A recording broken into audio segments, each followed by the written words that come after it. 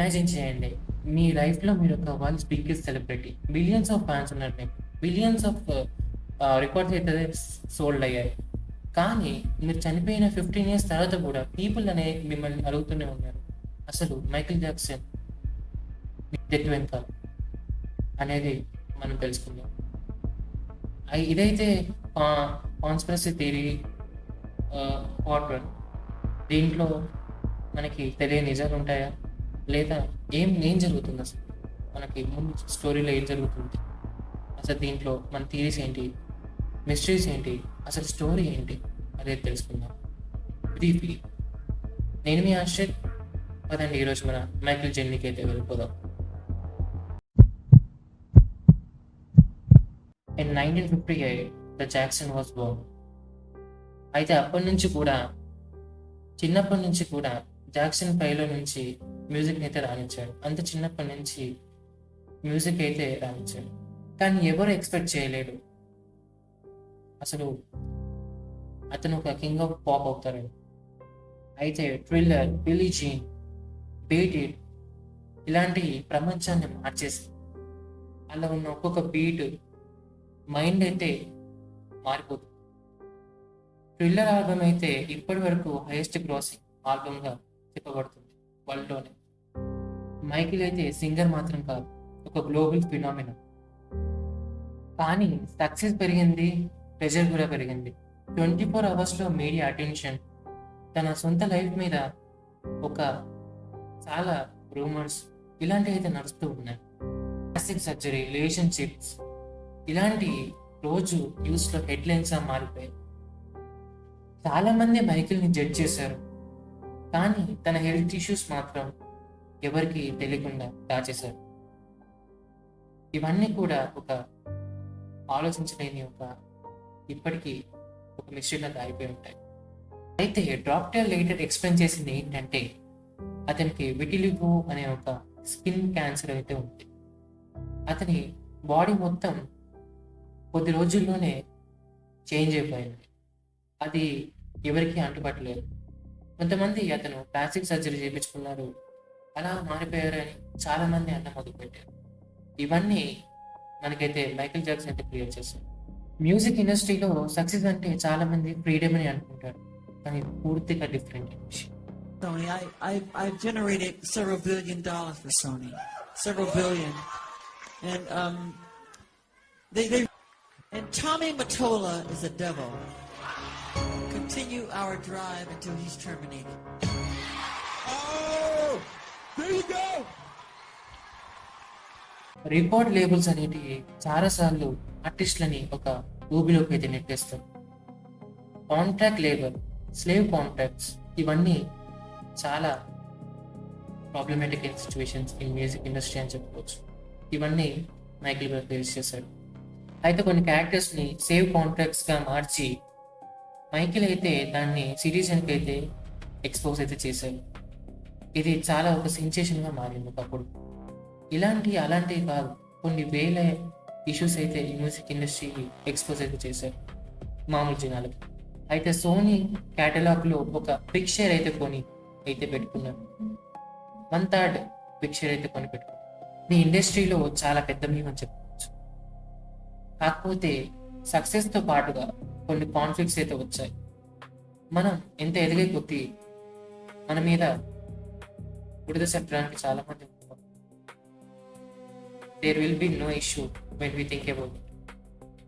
కాకపోతే అది మన దాకా వచ్చినప్పుడు సోనీ CEO టామీ మెట్యూలాతో ఒక బిగ్ కాన్ఫ్లిక్ట్ అయితే జరిగింది. ఒక ఫ్రాడ్ అయితే జరిగిందని చెప్పుకోవచ్చు మైకిల్కి. అయితే ఒక వీడియోలో టామీని అయితే స్పెషల్గా మెన్షన్ చేయడం అయితే జరిగింది. ఆ మూవీ అయితే పెద్దదని చెప్పుకోవచ్చు. ఇదంతా ఒక సెల్ఫ్ డిస్ట్రక్షన్గా మారింది, ఒక డిస్కషన్గా మారింది. పీపుల్ మధ్యలో ఏంటి ఇలా కూడా జరుగుతుందా అనే ఒక సెల్ఫ్ మైండెడ్గా ఒక పీపుల్ ఉండగలుగుతారా, ఇలాంటివి జరుగుతాయా అనే ఒక క్రియేట్ చేసింది. అయితే 1983లో పెప్సీ కమర్షియల్ యాడ్తో మైకిల్కి సీరియస్ ఇంజురీస్ అయితే జరుగుతాయి.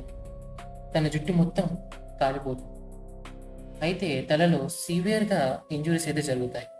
థర్డ్ డిగ్రీ బర్న్స్ అయితే జరుగుతాయి. దానివల్ల మైకేల్ జుట్టు కూడా పోతుంది. కొన్ని రోజులు బిగ్గి పెట్టుకొని అయితే మేనేజ్ చేస్తారు. అయితే తన ఎయిర్ ఫాల్ అయ్యి, చివరి బర్న్స్ అయ్యి, చాలా ట్రీట్మెంట్స్, చాలా సర్జరీస్ అయితే తీసుకున్నాడు. ఫేస్ కూడా కొంత కాలిపోయిందని చెప్పుకోవచ్చు. దాని తర్వాత తన అపిరెన్స్ అనేది చాలా క్యాజువల్గా డిక్రీస్ చేశాడు. చాలా ఫేస్ అయితే మొత్తం ఒక సింపుల్గా కాలిపోయిందని చెప్పుకోవచ్చు. మైకేల్ అయితే ఇన్సోనియాతో బాధపడుతున్నాడు. స్లీప్ డిజార్డర్ ఉంది, సరిగ్గా నిద్రపోలేడు. అయితే స్ట్రాంగ్ మెడికేషన్స్ అయితే యూజ్ చేసేవాడు. ప్రొపఫాల్ అనే డ్రగ్ని చాలా తీసుకునేవాడు. లైక్ అది తీసుకోకపోతే నిద్ర పట్టేది కాదు. అయితే ఇవన్నీ తట్టుకున్న మైకేల్కి కొన్ని కోర్టు కేసులని, నెవర్ అండ్ రేంజ్లో కొన్ని ఏవో జరిగాయి అనుకుంటూ కొన్ని కేసులు అయితే పడ్డాయి. అవన్నిటి దాటుకొని 2009లో అయితే మళ్ళీ కంబ్యాక్ ఇచ్చాడు. అందరూ చాలా ఆనందపడ్డారు. దిస్ ఈజ్ ఇట్ అని ఒక లాస్ట్ ఆల్బమ్ అయితే ప్రొడ్యూస్ చేయడానికి మన దగ్గరికి అయితే వచ్చాడు.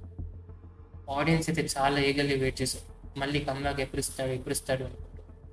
2009లో అయితే లండన్లో స్పీచ్ అయితే ఇచ్చాడు. అండ్ అప్పుడు చాలా బాగా అనిపించింది ఆడియన్స్కి.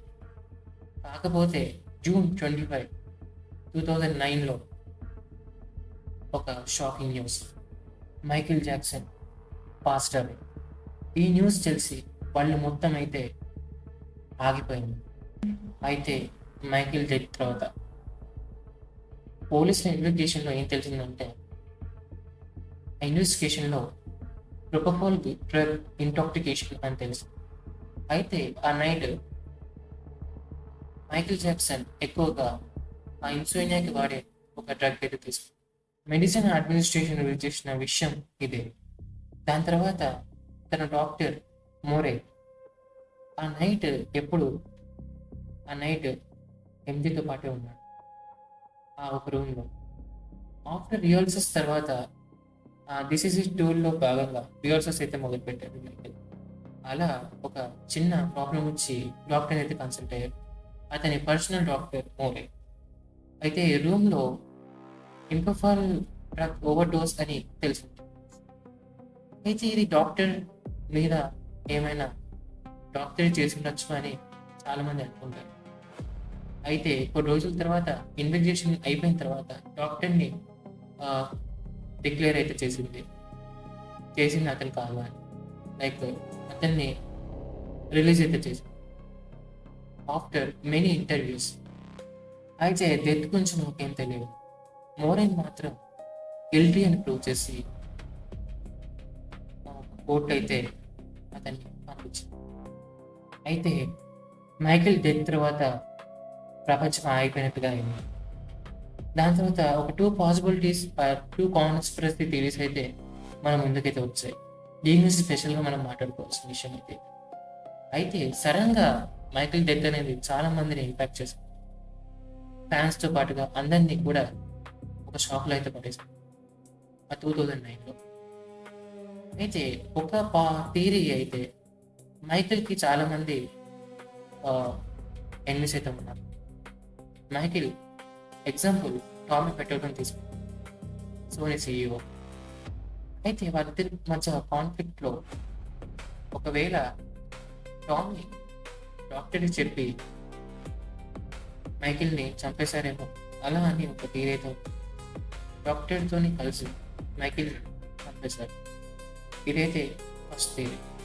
అండ్ సెకండ్ థియరీ వచ్చేసి మైకేల్ ఇంకా అలవ్లోనే చనిపోలేదు, తన డెత్నైతే ఫేక్ చేశాడు అని చాలామంది అనుకుంటారు. తను ఇలా చాలాసార్లు చేశాడు. చాలాసార్లు ఫేస్ని అయితే మార్క్ చేసుకొని పబ్లిక్లో తిరిగాడు. అయితే ఇలా చాలాసార్లు పబ్లిక్ అపీరెన్స్ అయితే ఇచ్చాడు. సో మనం అలా చెప్పలేం కూడా.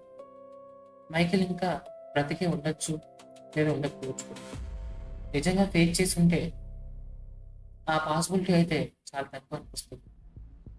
ఎందుకో అది న్యాచురల్ డెత్ ఏమో అని చాలా మంది అనుకుంటారు. ఏమో ఇప్పటి వరకు అదొక మిస్టరీగానే ఉంది. అయితే మైకేల్ లైఫ్లో చాలా జరిగింది. తను ఒకేసారి ఫ్యాన్స్ నుంచి లవ్ చూశాడు, హేట్ చూశాడు. ఫ్యాన్స్ని ఎంటర్టైన్ చేశారు, ఫ్యాన్స్తోని ప్రెజరైజ్ ఫీల్ అయ్యారు. చాలా ప్రెజర్తోని ఫ్యాన్స్ ముంగటైతే తన లాస్ట్ ఇయర్ స్పేస్లో తిరగడం జరిగింది. ఆయన జీనియసా, విక్టిమా, లేదా రెండూ కలిసిన కాంప్లెక్స్ పర్సనాలిటీ? అది మీ ఊహకే వదిలేస్తున్నా. ఆలోచించండి. ఈ థియరీస్ అన్నీ నిజమా కాదా అని ఎవరు ప్రూవ్ చేయలేరు. సో మీ ఊహకే వదిలేస్తున్నాను. ఇమాజిన్ చేయండి, మీ మీరు మైకిల్ ప్లేస్లో ఉంటే ఆ ప్లేస్లో మీరు ఏం చేస్తారు? With so many enemies, with so many conflicts, చాలా కేసులు, ఇవన్నీ ఏం చేస్తారు? కామెంటరీ తప్పకుండా చేయండి. మీరు మైకిల్ ప్లేస్లో ఉంటే ఏం చేసేవారు? ఇది ఈరోజు కాన్స్పిరసీ థియరీస్ పార్ట్ 1. చెప్పండి, మైకిల్ జాక్సన్ ఒక జీనియస్ లేదా ఒక ఇంటెలిజెంట్ కాంప్లెక్స్ పర్సనాలిటీ, లేదా అతను ఒక అమాయకుడు? ఇంకా మైకిల్ బతుకున్నారంటారా, లేదా తను ఎప్పుడో మన గుండెల్లో ఉన్నారంటారా? ఇప్పటికీ తను తయారు చేసిన మ్యూజిక్స్ ఆల్బమ్స్ అయితే మన దగ్గరనే ఉంది, అంటే మైకిల్ మనతో పాటే ఉంది. సో ఈ వీడియో నచ్చితే ఒకవేళ మీ ఫ్రెండ్స్కి అయితే షేర్ చేయండి. ఈ ఛానల్ అయితే సబ్స్క్రైబ్ చేసుకోండి, పక్కన బెల్ ఐకాన్ అయితే ఆన్ చేసుకోండి. అండ్ మీ థింకింగ్ చెప్పండి. మైకేల్ జాక్సన్ గురించి మీ కాన్ఫ్లిక్ట్స్, మీ థియరీస్, మీ మిస్టరీస్ ఏమైనా ఉంటే కామెంట్ ఇచ్చి చేయండి, నేను తప్పకుండా చూస్తాను. అండ్ ఈరోజు ఈ వీడియో ఇంతే. నెక్స్ట్ వీడియో కలుసుకుందాం. అంతవరకు బాయ్.